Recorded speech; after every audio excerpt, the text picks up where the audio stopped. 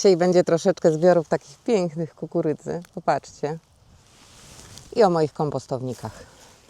Tam z tyłu widać 2. O, a reszta będzie później. Witajcie. Troszkę walczę z czasem. Miałam nie nagrywać, bo nie mogę się wyrobić ze wszystkim, ale obiecałam Wam pokazać kompostowniki. A teraz bardzo dużo materiału na kompost mam. Troszkę go rozrzucam w różne miejsca, to Wam przy okazji dzisiaj pokażę. No i jeszcze zebrałam resztę kolb kukurydzy. Teraz mam taki największy zbiór. Kilka Wam otworzę, zobaczcie jakie są piękne. Zerwałam też resztę papryk ostrych.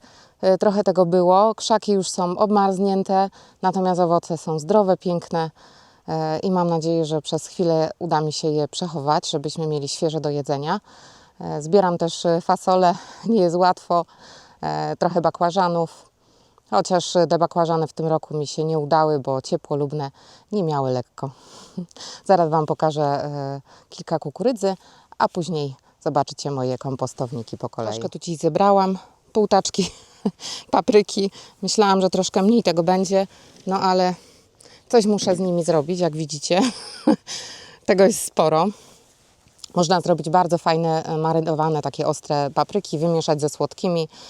Super przekąska do mięs, serów i tak dalej, co tam lubicie. Tutaj mam jeszcze fasolę. Niektóre takie na świeżo do gotowania, inne wysuszę na ziarno. Zobaczymy, będę musiała to poprzebierać. Kilka bakłażanów jeszcze. No i kukurydzę. Pokażę Wam kilka losowo wybranych kolb kukurydzy. Otwieramy po kolei, zobaczcie.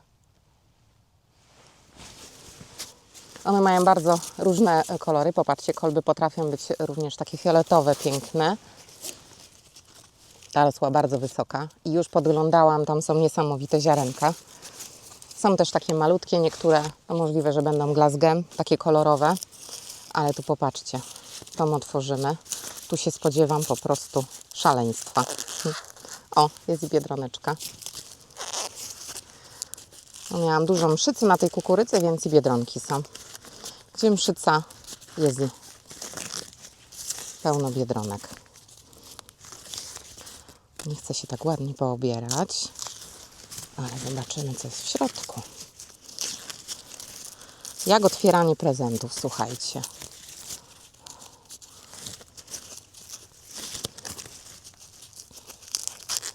Popatrzcie, jakie ziarno. Otwieram dalej, ale piękne.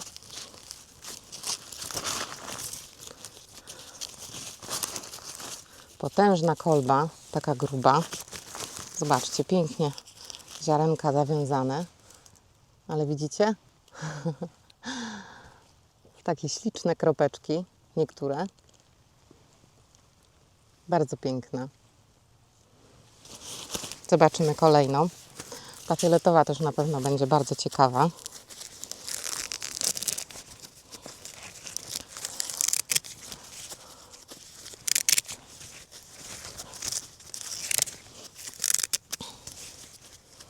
I hop.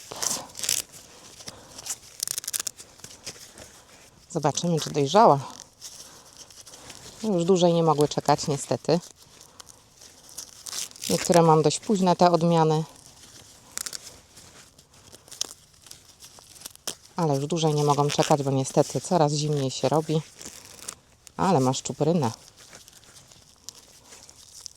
No, patrzcie.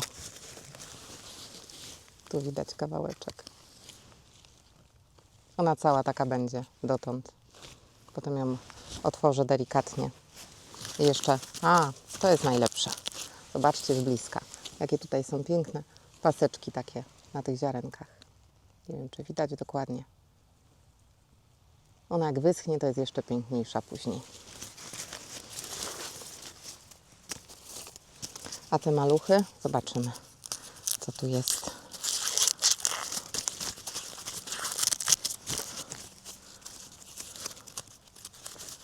Czy się coś rozwinęło ładnie, czy nie? Oj, to chyba takie byle co. Słabo zawiązane ziarenka. Taki mały troll. To wywalam. Nawet nie będę ich zabierać. Zobaczymy jeszcze jakąś inną. O, tu też jest fajna. Kolorowa. O! Takie coś.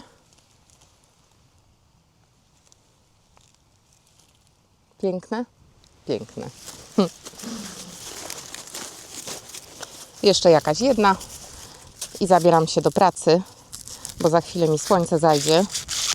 O, ta też fajna. Niebiesko-zielona, trochę żółtego. Zobaczcie. No wszystkie są cudne. Ja losowo otwieram, zupełnie nie mam pojęcia, co tam będzie w środku. Tam na pewno jeszcze będzie mnóstwo innych kolorów tej kukurydzy. I jeszcze ta była. Zobaczcie. Cuda. Otworzę później kiedyś, jak będę miała czas i Wam więcej ich pokażę.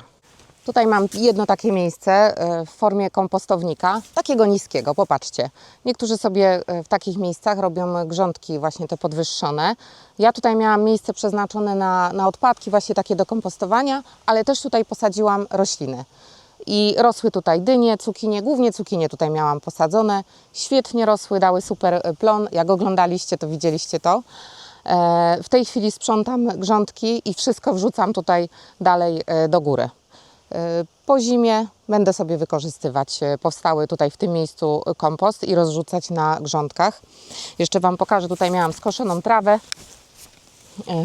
Ona już tak troszeczkę sobie przygniła i ja to przerzucam tak na zmianę. Dokładam ją, bo trawę jak skosimy i tak nałożymy na kupę samą trawę skoszoną, to ona się tak zbije, zrobi się taka zbita warstwa, to gnije, no wcale nie jest fajne do wykorzystania, ale zmieszane z inną materią jest super. Także na pewno sobie tutaj domieszam to jeszcze. No i pokażę Wam, co jeszcze zrobiłam, bo usuwam kukurydzę po kolei.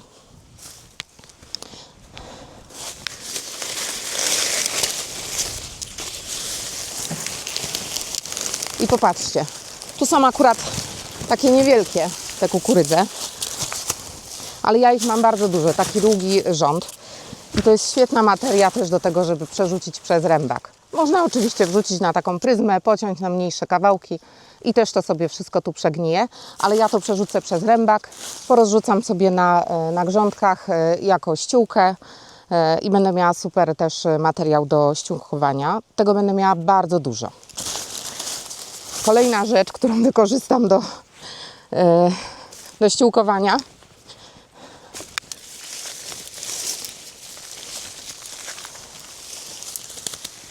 O, popatrzcie. Przed chwilą sobie wykopałam takie budleje Dawida. To już jest jak drzewo wszystko. One mają 2 lata, ale ich nie chcę, bo strasznie mi się rozsiewają i są dość kłopotliwe tutaj dla mnie. Są piękne, fajne, ale no niestety muszę je usunąć.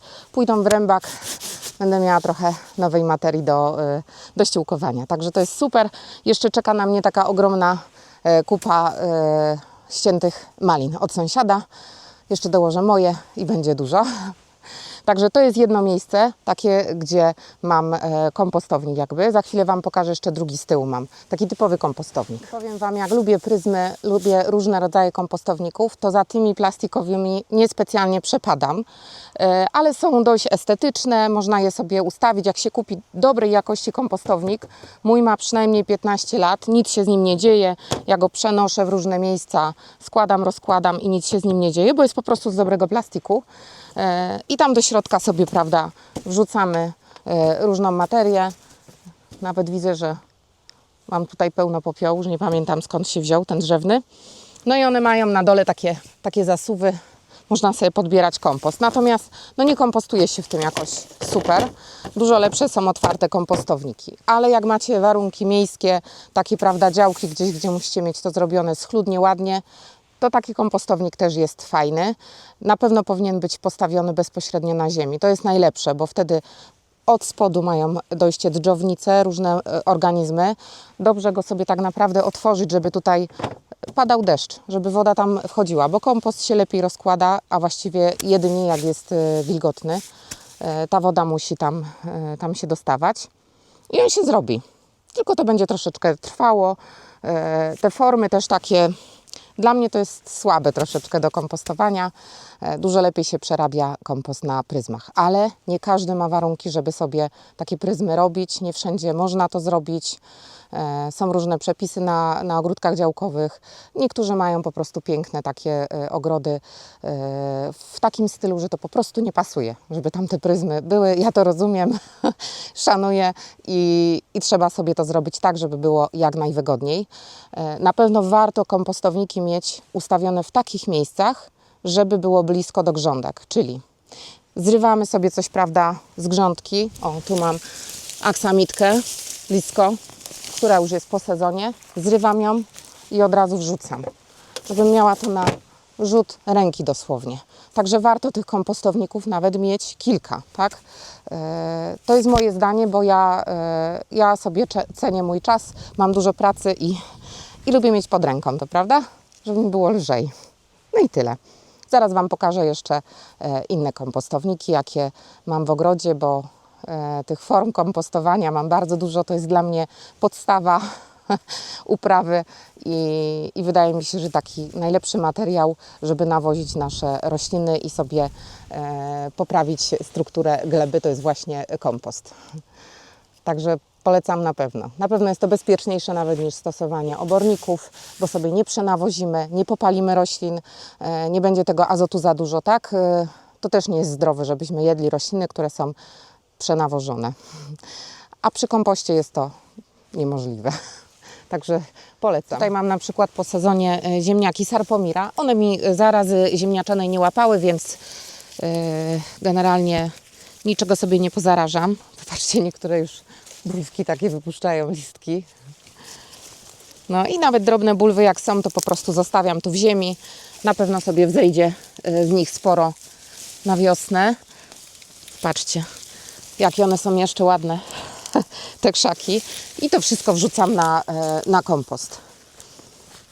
Na tą pryzmę wielką, którą Wam wcześniej pokazywałam za mną. Będę sobie podbierać tu ziemniaki w wolnej chwili, bo ja nie mam piwnicy, nie mam sobie gdzie ich przechować. Jak boicie się, że Wam w ziemi coś zje bulwy ziemniaka, to słyszałam, że jest taki fajny sposób. Nie testowałam, ale na pewno go sprawdzę, żeby sobie wykopać ziemniaki. Teraz Wam pokażę, jak to wygląda. O, tutaj mam chyba takiego. Wykopać, zostawić je na słońcu. Tu akurat słabo widać, bo jest brudny ten ziemniaczek, żeby zzieleniały, prawda? Żeby nie były takie zdatne do spożycia. Wiecie, takie ziemniaki, których się nie je, te zielone. One na słońcu złapią taki kolor i ponoć gryzonie wiedzą, że takich się nie je i ich nie zjedzą. Czyli czekamy, aż się zrobią zielone od słoneczka, zakopujemy i podobno mają nie zjeść. Ja sobie to przetestuję na pewno, bo nie mam możliwości przechować w domu ziemniaków, bo nie mam piwnicy, a w ziemi super mi się tu przechowują i wschodzą po prostu od wiosny nowe. Chyba że mieszkacie w takiej części, gdzie są bardzo mroźne zimy i ziemniaki Wam się nie zimują Wam w ziemi, no to wtedy wiadomo, trzeba wykopać koniecznie, bo szkoda plonu. Że ja na razie sobie tu zostawiam, schowam, a te wszystkie badyle już wywalam na kompost, bo chcę mieć tu porządek. No ziemniaków jest masa. Patrzcie, jakie ładne tu ziemniaczki urosły. No. Sarpomira rosną naprawdę piękne. Bardzo lubię tę odmianę. Ale na razie je zakopuję, bo ich nie chcę.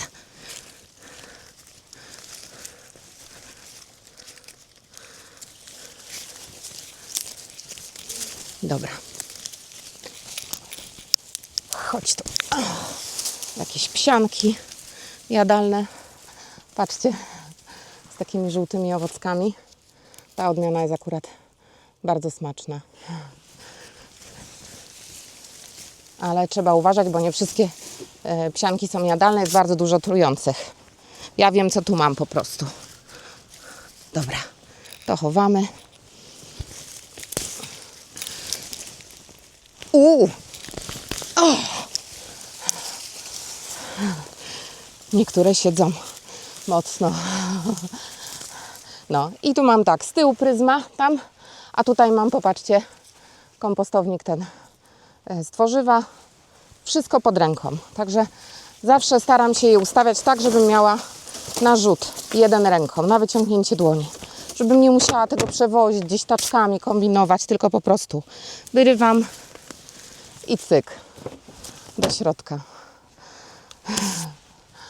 Nie o to chodzi, żeby się zamęczyć, tylko żeby mieć przyjemność, tak? I zrobić to wszystko szybko, bo wtedy możemy zrobić więcej. Tu mam jeszcze takie 2 rzędy, gdzie miałam posadzone papryki. Będę je wyrywać, tylko sobie muszę te karteczki, popatrzcie, ze znacznikami pościągać, bo one się niestety nie rozłożą, a nie chcę mieć tutaj jakiegoś plastiku, prawda? I tak dalej. Także ale siedzą niektóre.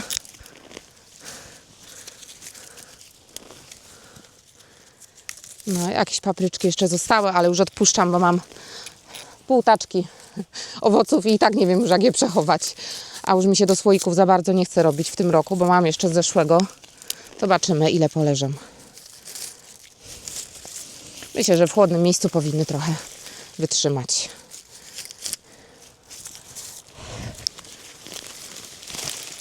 Tu jakieś miechunki jeszcze. No jest tego trochę. One sobie później wszędzie tu wschodzą w ogrodzie z powrotem, bo każdy taki owoc, który spadnie na ziemię, on w środku ma całą masę dziesiątki nasionek i już je rozsiałam.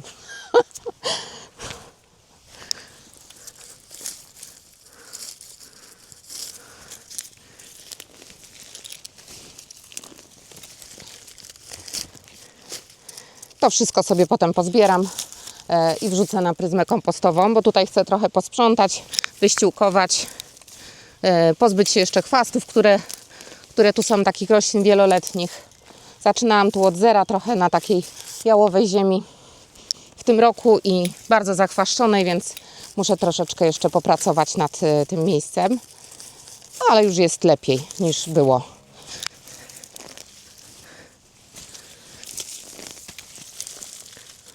Dobra.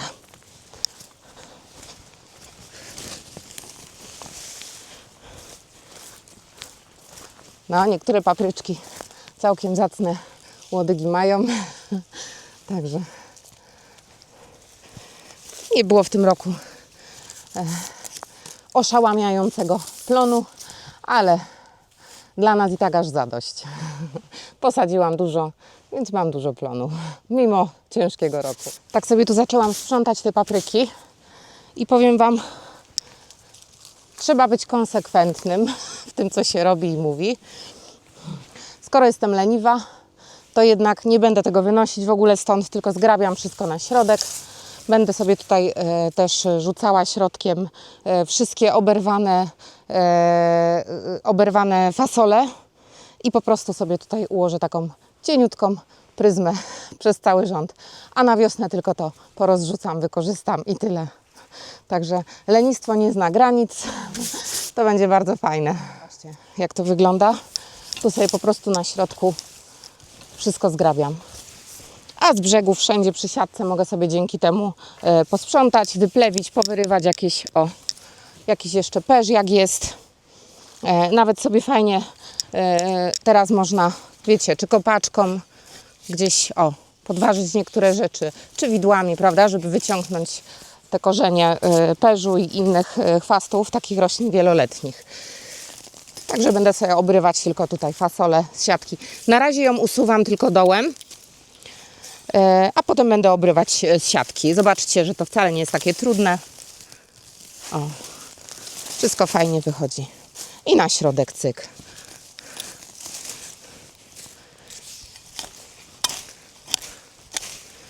Tutaj na samym środku, gdzie wszystko poukładam, tą materię, to chwasty też troszeczkę uduszę, także one tak nie będą środkiem rosły. No i fajnie się ta ziemia będzie tu nawozić.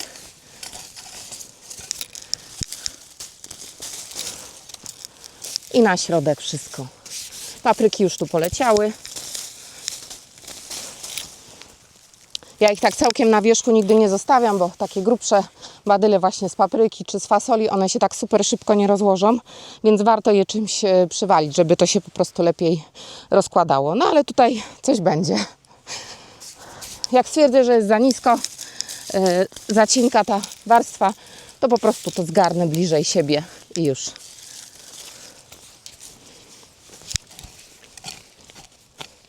No ziemia jest super tu po tym ściółkowaniu, taka lekka, teraz fajna.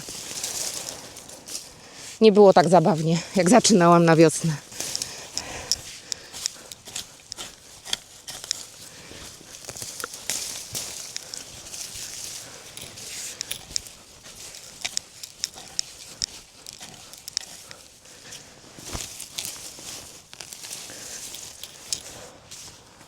O, to jeszcze troszkę.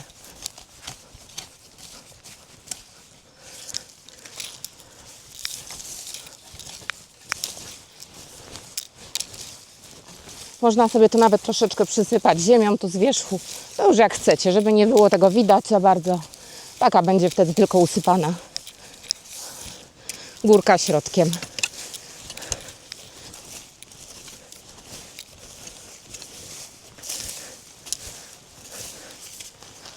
Jakbyście mieli słomę, można sobie tą ziemię też dookoła tutaj, gdzie jest gołe, wyściółkować jeszcze słomą. To byłoby w ogóle najlepiej. Albo liśćmi na zimę. To jest super, żeby ta ziemia była taka przykryta. No ale ja tu walczę cały czas jeszcze z chwastami, bo zaczynałam z tym terenem tu jakby od zera w tym roku, więc troszeczkę muszę tych chwastów pousuwać. No to samo niestety się do końca nie zrobi.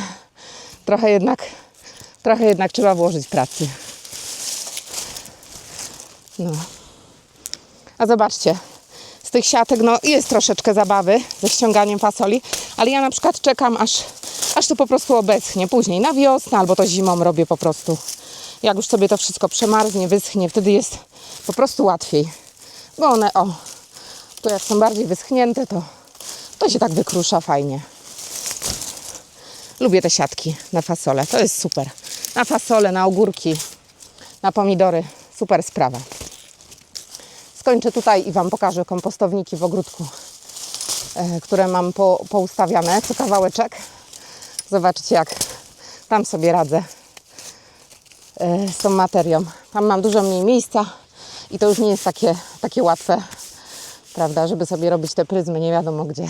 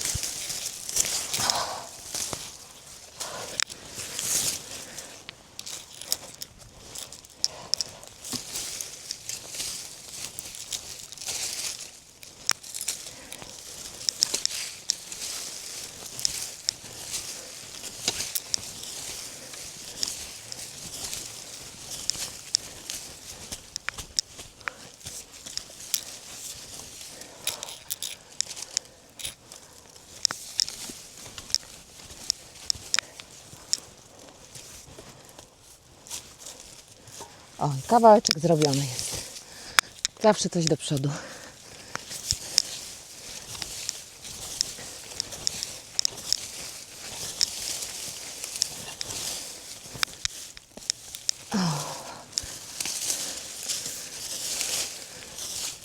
Tu jeszcze nie wyrywam tych fasoli, bo mam bardzo dużo jaśka do zebrania. No ale jest tyle pracy do zrobienia, że to może poczekać na później.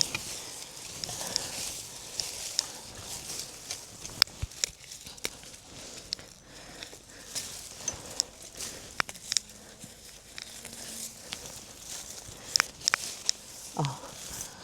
A i tak mam gonitwę teraz z czasem, bo niestety zostają mi tylko weekendy w tygodniu.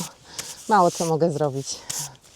Także gnam dalej. Przy okazji pokażę, bo wyrywam chwasty. Tu wyrywałam taką roślinkę. Ciekawe, kto zgadnie. Zobaczcie. Zaraz Wam urwę kawałeczek.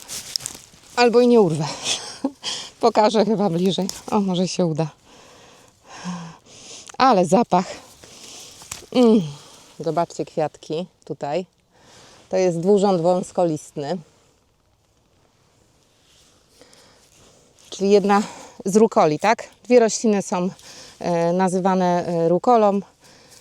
Ta bardzo często jest sprzedawana, to już trochę przerośnięta, więc nie wiem, czy tak będzie po liściach widać. Ale to jest jedna z roślin, która jest sprzedawana pod nazwą rukola w marketach po prostu. No tu akurat jak już zaczyna kwitnąć, to już nie widać tych listków dokładnie, ale to są właśnie takie drobne listki. To jest roślina wieloletnia, ta z żółtymi kwiatuszkami. Ona tak drewnieje, jak już ma, prawda, rok czasu, to zaczyna drewnieć. Na zimę ta część wierzchnia obmarza i nie ma zielonych listków. Listki zbieramy przez całe lato. Ją można sobie ścinać cały czas i odrastają listki i jemy, prawda? I mamy swoją rukolę. Druga roślina, która jest nazywana też rukolą potocznie, to jest rokietta siewna. Ona ma takie grubsze, gęste liście, tej wielkości, nawet takie piękne. To Wam pokażę kiedyś przy okazji. I kwitnie na biało. To jest roślina jednoroczna, a może i dwuletnia bardziej bym powiedziała, bo w tej chwili jak się wysiała, u mnie już wzeszła, a w przyszłym roku będzie kwitła. I kwitnie na biało.